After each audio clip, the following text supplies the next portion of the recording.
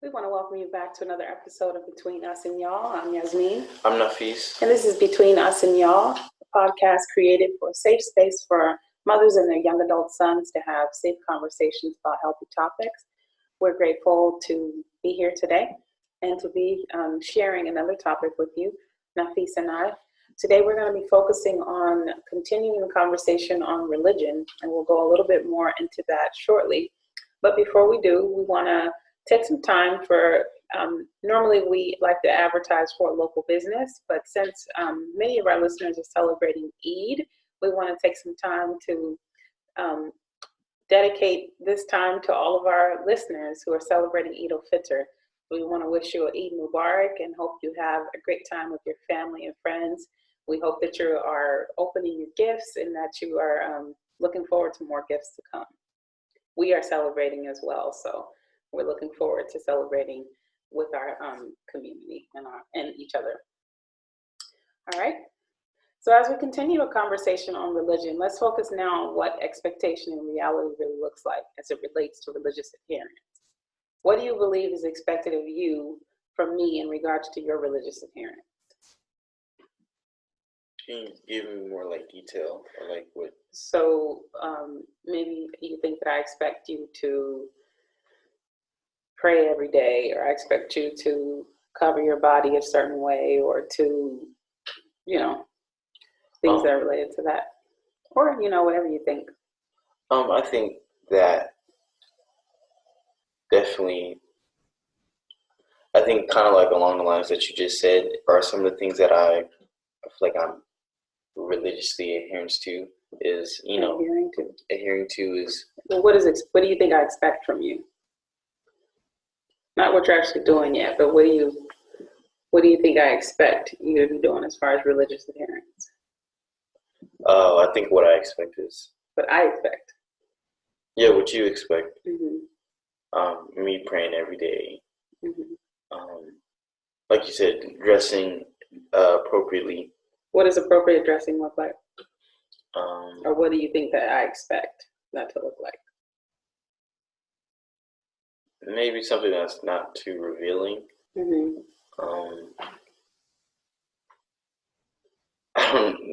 Tight pants. I don't know.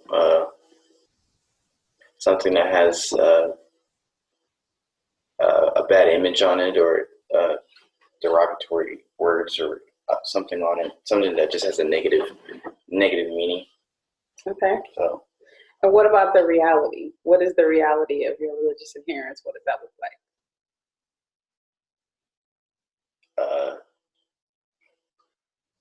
Basically, I think. Can you put that into example? I mean, you know what's expected of you, and so then you can say, what do you really do? What is your real religious adherence? What does that look like for you every day as far as religion is concerned? How is that a part of your daily life? What is you ask me personally? Yeah, you. I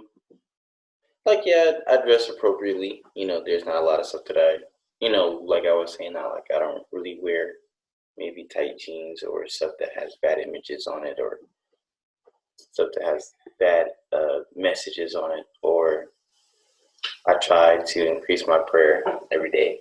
Mm-hmm.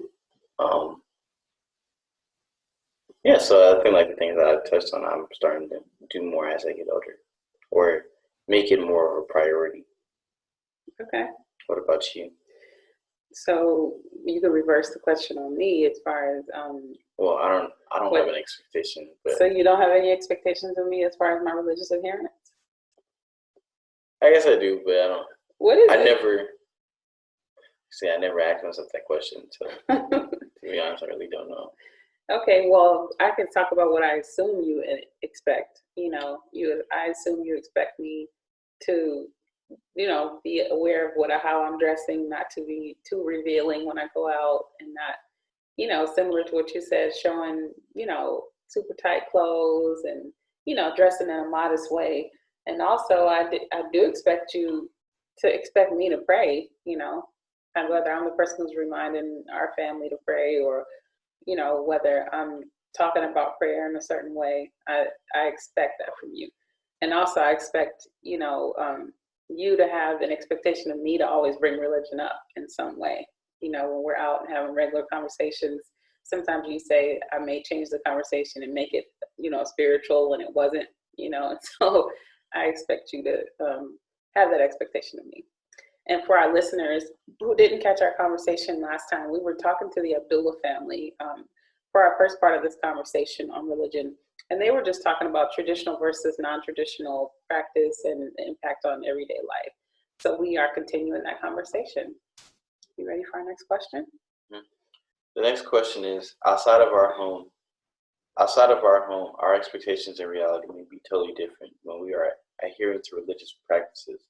What is that? What is expected of you from people outside of your home? Okay, so outside of our house, I think people expect two different things. There's the people who know us, who expect us to do some things that are culturally, relevant to what we do in the community, like, showing up for Juma at the masjid, or, paying zakat, which is charity at the masjid, or, coming to Eid prayer. We were talking about, celebrating the end of Ramadan, which is Eid. People expect us to show up for that.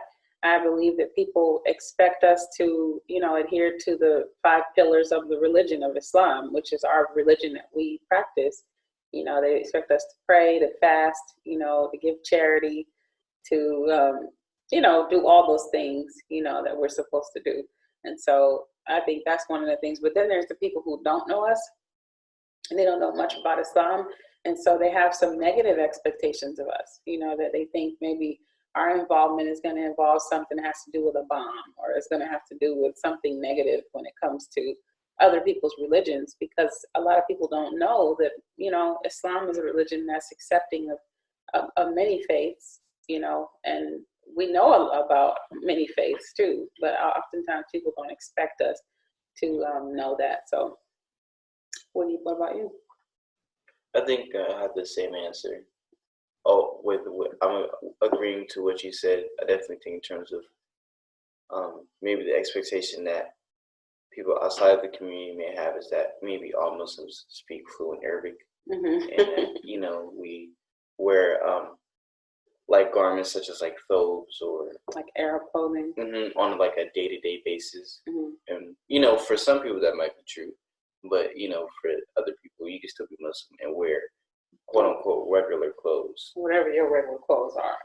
So, but I definitely think in terms of the expectation that you said that the community has, I think I can agree with that.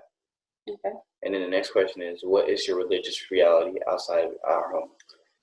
So my religious reality is similar to the expectation people have, as far as the community is concerned that knows me. I show up to any community events that I can, especially for collective prayer. I do my best to be modest in the way that I dress, and like you said, my regular clothing does not reflect Arab culture. It reflects African culture, and also urban culture, Black urban culture to be specific. So you might see me wearing something that, you'll see another sister wearing who's, whatever religion she is, but she just likes that particular style. So whatever's modest, and comfortable is good for me. Also, I'm going to make sure that I am involved in local activism and bringing a voice to activism as it relates to the Muslim community and the Black Muslim community. And also I pray, so at work, I take some time to make prayer, and I'm not one of those people who likes to put my prayer on display. So you're not going to find me in the parking lot at my job or in the break room, with my huge prayer rug laid out, and asking everybody to be quiet while I'm making prayer. I'll pray near my car or even in my car, or somewhere private, because I like to focus my attention on the prayer. And oftentimes when I try to do, prayer in a public place and I'm the only one there, it can be distracting. So I don't really choose to do that.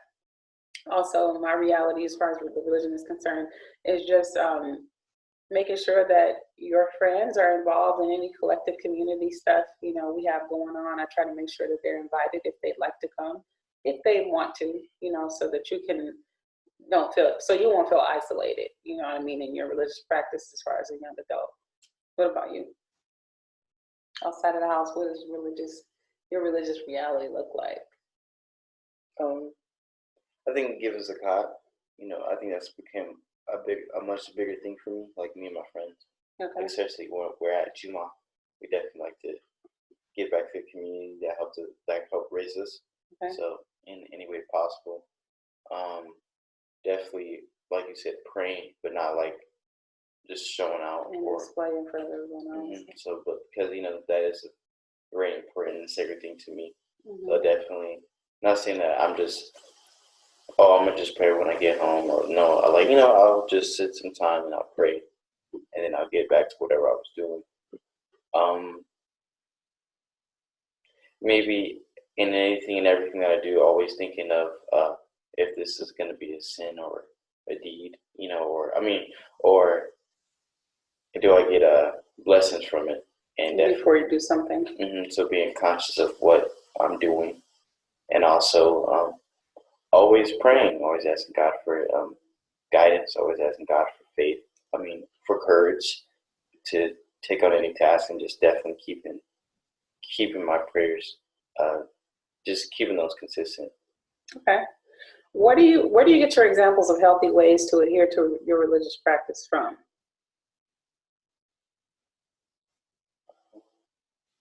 So it always starts at the family. So you, Mm-hmm. And also my uncle Imam Suleiman Hamid, just definitely always whatever you do, just thinking like God is always there, and you have to be mindful of if like the saying, like if your parents won't like you doing this, then you shouldn't do it. Mm-hmm. So, and a flip side, if this would be a sin, then might do it. So then just definitely always keeping that in mind, and always, I think in our household, just definitely always keeping your spirituality strong. I think that's been a heavy thing in our home. Just definitely, because if your spirituality is not strong, then it could that if that's not strong, then it can affect other things to not be strong. So whatever you have going on, but it definitely has an effect on every other thing that you do. So I think that's just been a thing that I always kept in mind. Is definitely always try to keep your spirituality good, and if it's not strong, to at least make it better than what it is. Okay. What about you? So my examples, like you said, it's interesting. We have similar answers. My examples start at home first, So my parents were my first examples of religious adherence, and how that looks in an everyday life. I was raised by both of my parents, until my mother passed away, and I was born and raised Muslim, and so prayer was a normal part of our everyday life in our house. We prayed all 5 daily prayers, sometimes together and sometimes just a few of them, but at some point we all knew that we were going to be looking forward to prayer, looking forward to, those other pillars of the faith together, whether we were fasting in Ramadan, or whether my dad was teaching us about how to put some money aside to pay zakat, which is charity. And also, my mom was real big on volunteering, so giving back your time to the Muslim community, and that might be that I'm volunteering to clean up the masjid, and so, or giving my time back and teaching a class, and so all of those things have led into who I am today, which allows me to be, the parent I am to you in the house, and show you those similar things in my own, special way. And then also another example, I would have to, take your example of Uncle Suleiman, my little brother.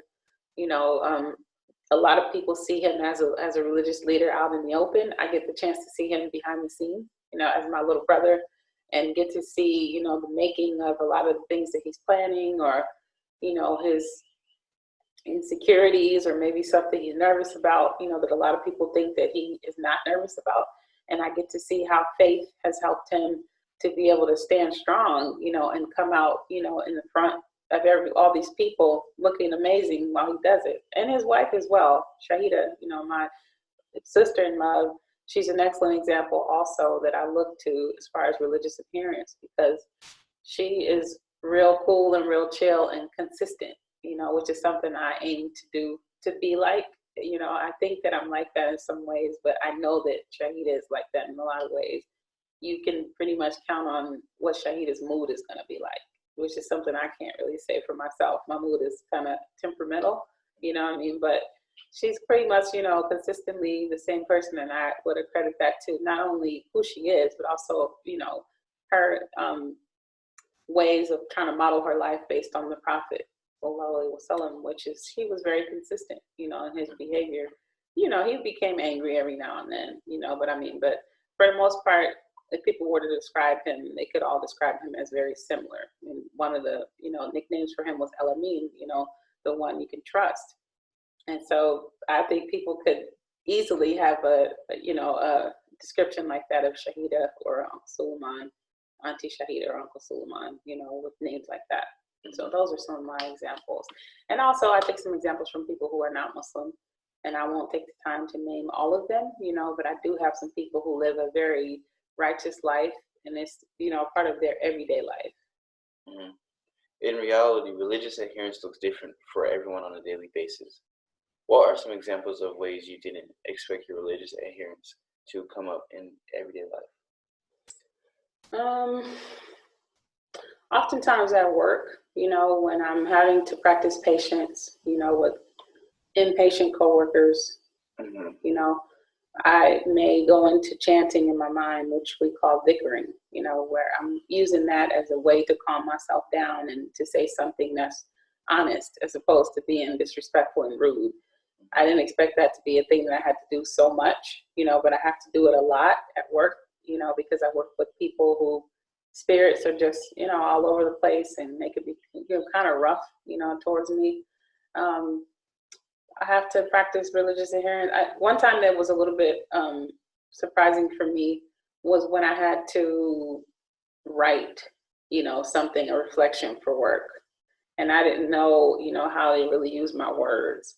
And so I started to think of different ways that I might say this particular thing to a community that wasn't, at work, my religious community, and how would they receive that? And I started to think about how I would change my words and make them more meaningful and more even spiritual, because sometimes that's the thing that's needed at work.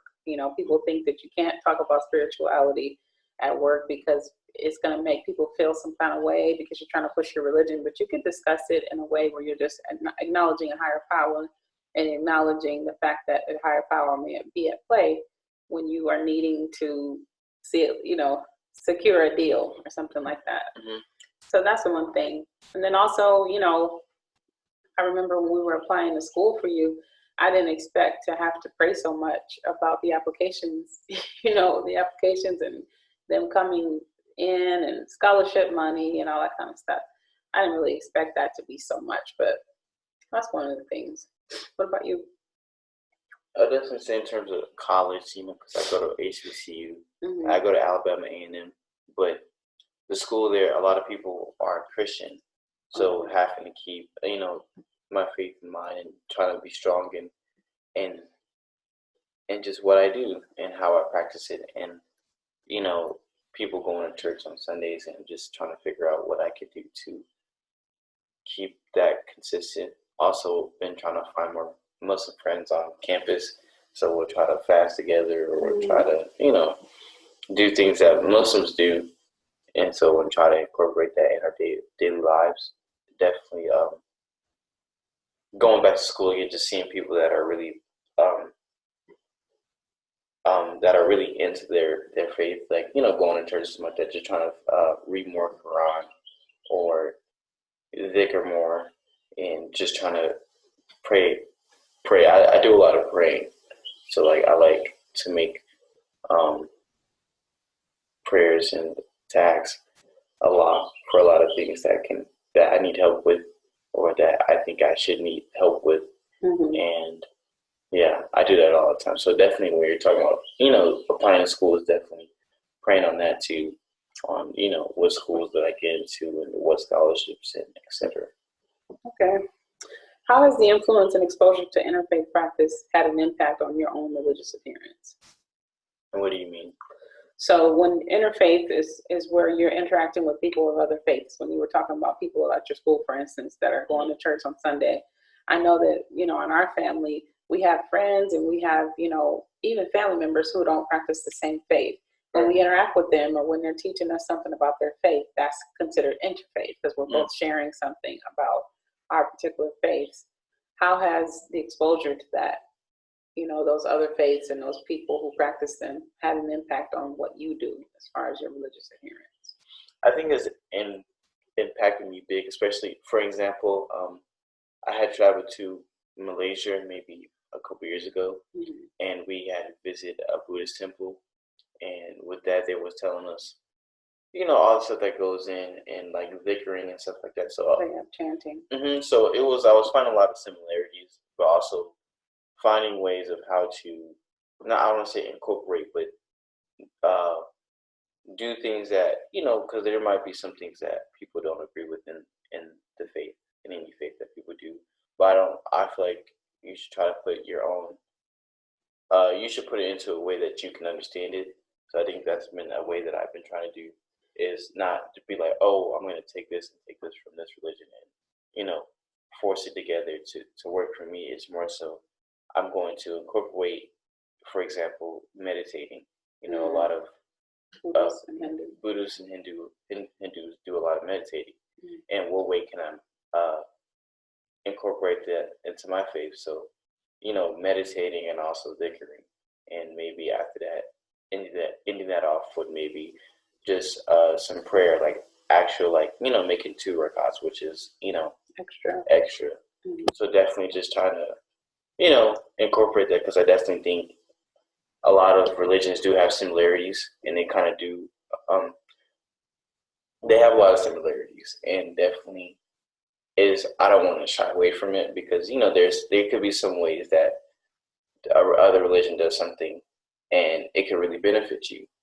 So there shouldn't be a reason why you shy away from it if it's working for you.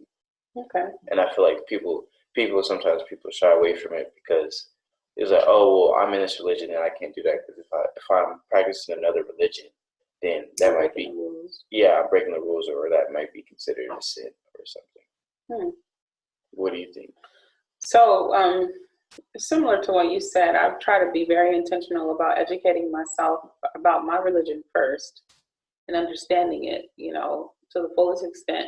And also then, educating myself about other faith practices, because that's where you can really understand the similarities and differences, you know what I mean? And when you're able to understand them, it makes it easier to interact, and so growing up, my parents always exposed us to people of other faiths, and people of other faiths were in our family. I have Christian, ministers and pastors and elders and people in my family, that practice other faiths, and we grew up understanding what that looked like for them so that we could respect it and include them, in our family gatherings. So that was the first part, for me, that I felt has always been beneficial, and one thing that I've tried to do the same thing with you, because I saw the benefit in it, growing up.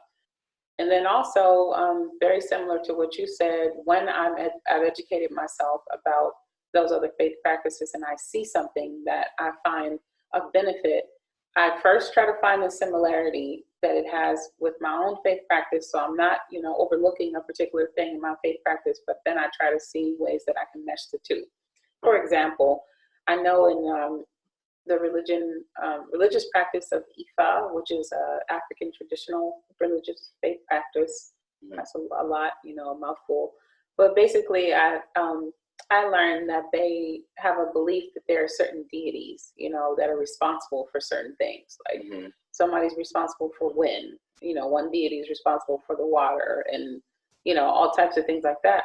I started to learn that there's very similar things in Islam. There's an angel that's responsible for the wind or the rain or something like that.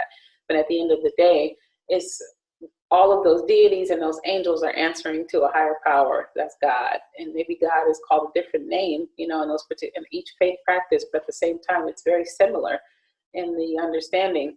So I try to understand, what are those deities? What are they responsible for? And what are they, why are they highlighted, as opposed to not being highlighted? And how's that similar to the same practice in Islam? And how can I use those, whatever their purpose is, to be of some benefit to my daily life.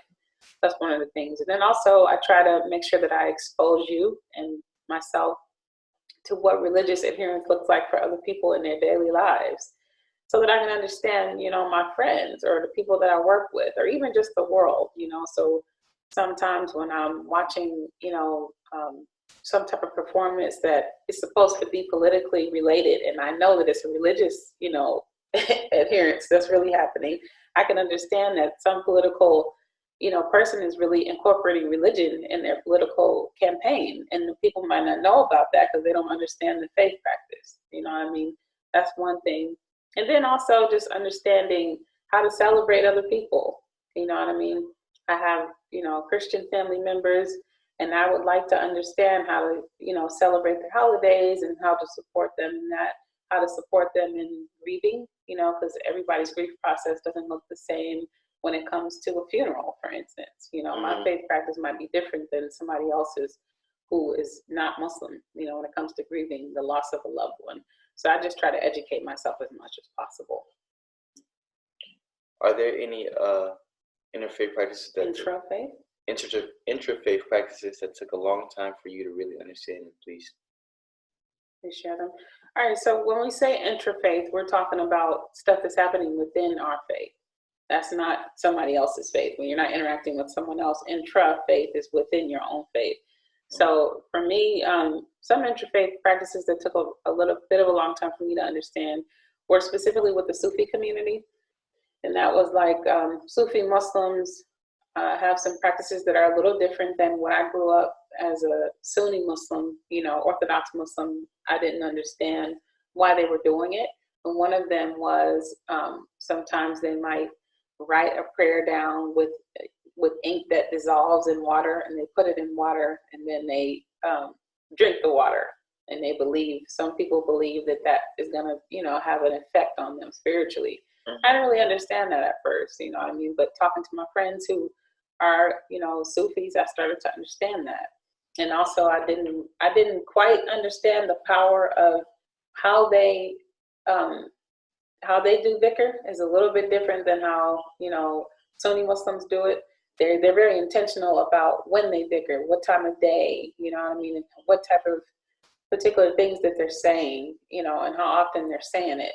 And a lot of my friends believe that there's power behind, those particular things. I didn't grow up doing that, so I didn't really understand it at first.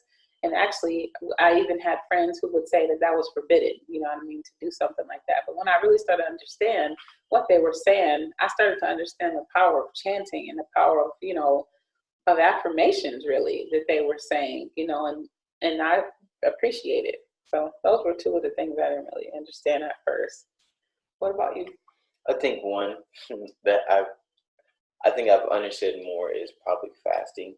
Ramadan. I think when I was much younger, I didn't really understand the full effects of what fasting can do. And then when I really sat down and thought about what you're fasting from, and to really detach yourself from, the usual things that you might do, and to be patient and to be very conscious of what you're eating and what you're saying. I think definitely I've understood it more as I've gotten older and tried to be more serious about Ramadan and fasting and what I'm doing and what I'm not doing. So that took a long time for me to understand. Also, maybe I think it also has to do with Ramadan. We're praying Tarawih. I think at first, which is a long prayer for all of our listeners. That's a long prayer that you pray at night. It could be, up to any odd numbers, but the what do you call it? I don't want to say rotations, but the sets of prayers that you say, it could be up to 11 sets, and it can go all the way up to maybe 21, but it's a lot. And definitely for me at first when I was younger, I didn't want to do it because it was, your legs are getting tired, or, you're just standing in prayer for hours. But as I got older, just definitely trying to receive all the blessings and realizing, we're going through the whole Quran during Ramadan and how that is a benefit and how much blessings you're getting just for that, just for that situation, or not situation, but just that act, So definitely I've I've being able to appreciate that much more as I've gotten older. Yeah, I like that. It's been hard, missing being at the masjid and being with the community because of COVID-19, and the coronavirus. Well, this is the same thing, COVID-19 or the coronavirus, however you want to say it. It's been difficult, being at home and not being with the community and being in Tarawih. You know what I mean? As a parent, I love to see you up there with your little legs, trying to stand and trying to hang, with the older brothers, because that's a part of community life and it makes you have memories of what your community does together. You know what I mean? And there's so many, benefits in that particular prayer. Some people say that the angels descend and they just come down to see who's praying and what are they asking for. I know I want to be amongst the people in groups asking for stuff so that, my stuff can get answered, even though I believe your prayers are answered at any time. It's just a beautiful thought. And when you were talking about fasting and the importance of it that you learned as you've gotten older, it made me think about this post that David Banner actually put up the other day, where he said anything that you're not able to fast from, you're a slave to.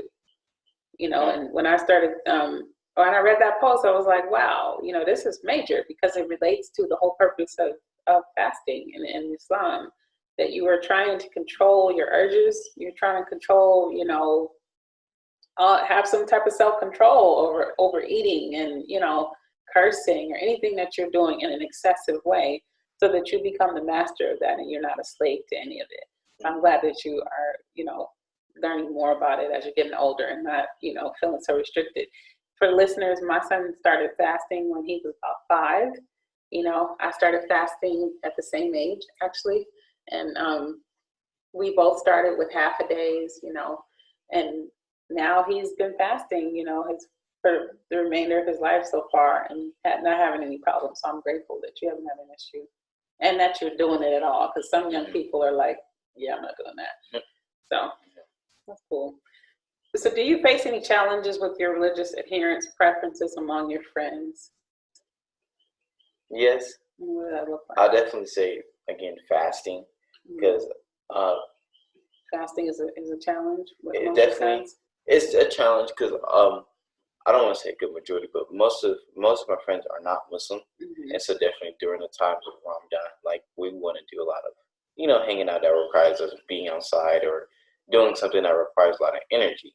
So having to take in mind that I am trying to also hang with my friends, but also take into consideration that I don't have a lot of energy, right, of the same energy that they don't, that they have. I have to be mindful of what I can do, and realizing that, if I keep doing this, then there might be a possibility of me, not feeling good or being sick or something like that. Because you overexerted yourself. Also, I definitely say praying.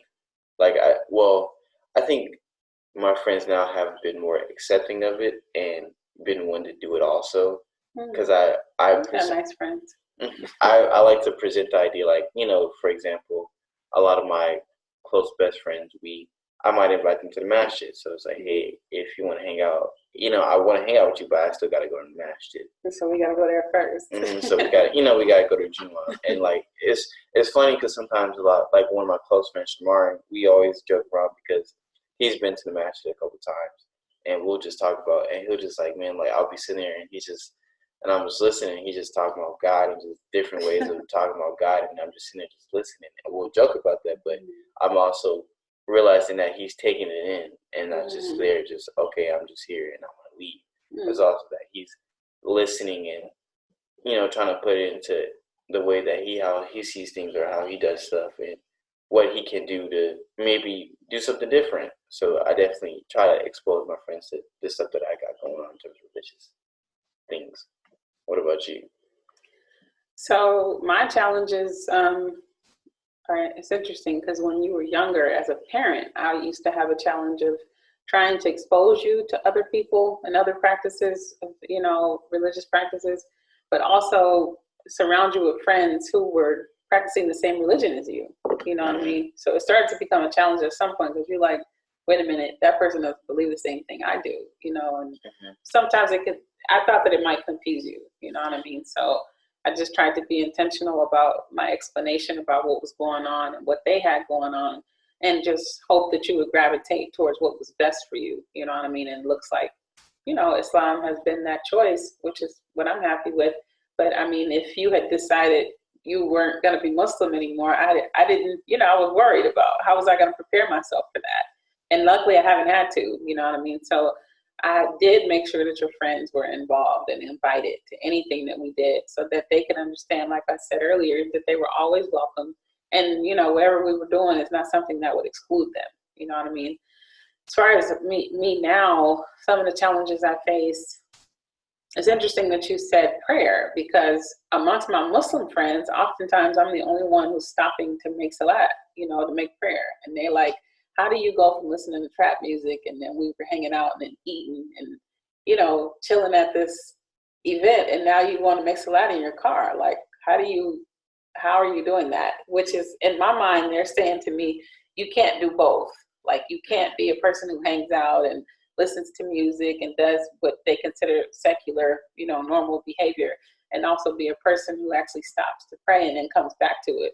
I don't agree with that at all. You know what I mean? So I'm just consistent with it, but it does become challenging at times to have them like looking at me sideways because they think that I'm kind of lame because I'm stopping to make prayer.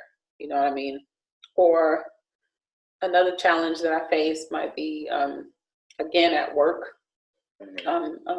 A practicing Muslim amongst a group of Christians, and people who, may not have any faith practice at all. And so when I say, they're asking about our schedule, you know what I mean? And I'm saying, I don't work on Fridays anymore. And everybody's like, why? What's going on Fridays? And I'm like, that's the day for prayer for me. Your day is Sunday. For Muslims, it's Friday. They're looking at me crazy. Like, that's not really important. Whereas they don't have to take a day off work because Sunday is normally a day off, so it can become a challenge to try to, weigh my options to say, should I really push for this, so that I can be off work, or should I just, figure out a way to have prayer to myself afterwards, and so instead of just giving up, I push for it. What advice would you offer to our listeners for young adults who struggle with starting a conversation with their parents about this topic? Okay, so this topic can be touchy. We don't assume that all of our listeners have families that are all practicing the same religion in one household. That's just our situation. So one of the things that I would say is the first thing is to just start a conversation and ask, what do you think about religion? And what do you think about spirituality? Because some people think those are two different.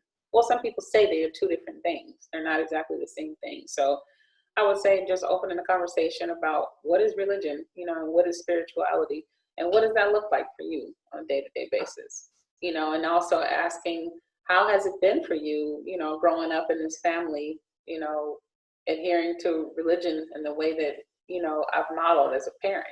What has that been like for you? You know what I mean? And just be very open and accepting of whatever their answers are. Because some of the answers might not make you feel good as a parent. Because somebody might say, this religion has sucked.